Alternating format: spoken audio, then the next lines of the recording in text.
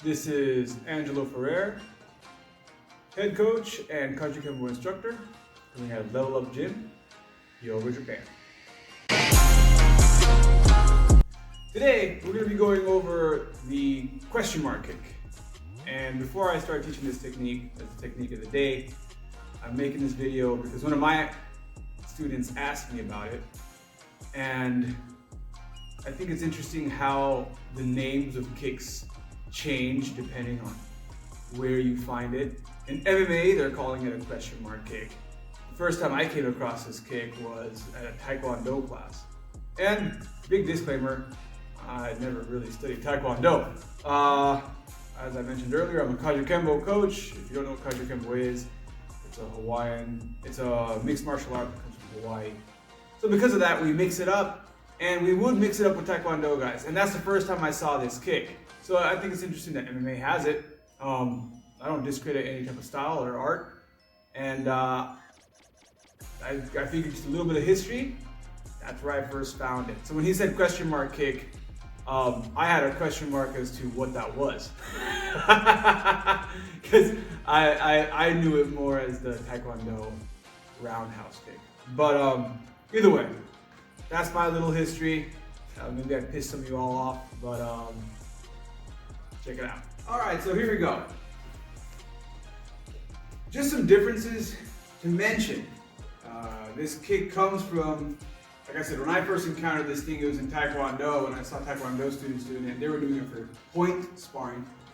And what they would do is many times they would come in for a mid kick to the midsection, get their opponent dropping their hands, and once the opponent starts to drop their hands for that midsection kick, they'd bring their knee up and then bring the kick high to the head.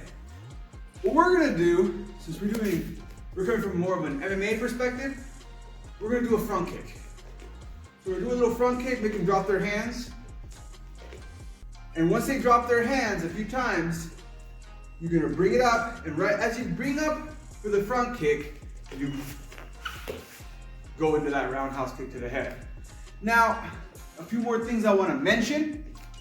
This takes a lot of flexibility, so make sure you stretch out, warm up. If you can't do a head kick, you shouldn't be even messing with this move. That's my disclaimer to beginners. This is not a beginner move. This is more intermediate, maybe even advanced, depending on where you're coming from. Now, let's take a look at how to work this on the back. Okay, so now we're on our bag. So when I'm working this on the bag, I'm gonna try to do like a teep. If you don't know what a teep is, it's another way for saying front kick, something out of kickboxing or Muay Thai. So you're gonna come in, do a little teep the bag, and then right as you come up to teep the bag again, you turn your hips as you kick. Make sure you turn your hips, you turn your body and bring it down so there's power behind the kick. That's one of the biggest differences I would say between the Taekwondo version of this and the MMA version of this. You want some power out of that head kick. So again, teep, and right. So we're gonna move away from the earlier video. I do hope you heard what I talked about as far as setting up and printing on the back. To drill this with an opponent, you're just gonna have your hands up, you and your partner. You're gonna do your teep, and then roundhouse kick.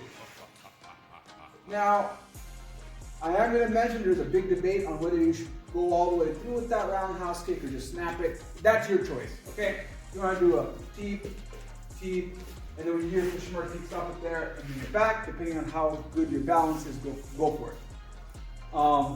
Personally, I like to pull through my kick all the way through the chamber.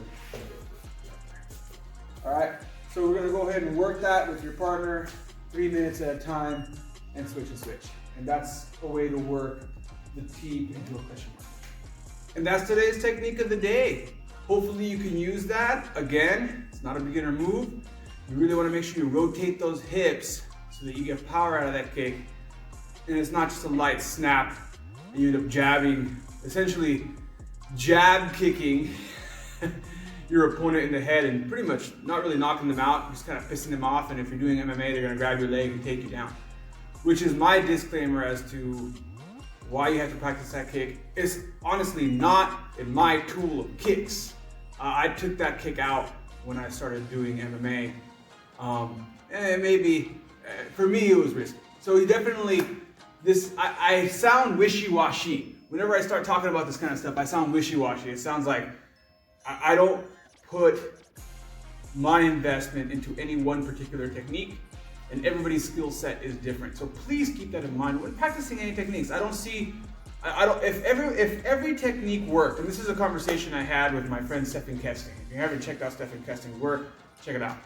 If there was ever an all-powerful technique that always worked, that knocked out everyone would be practicing it. Everyone. It would be everyone would be going straight for that move. So if the front kick, our front teep set up into the question mark kick was the most effective move in MMA, then everybody would be trying to do that one combination at the beginning of every fight. You'd see it in every single MMA match.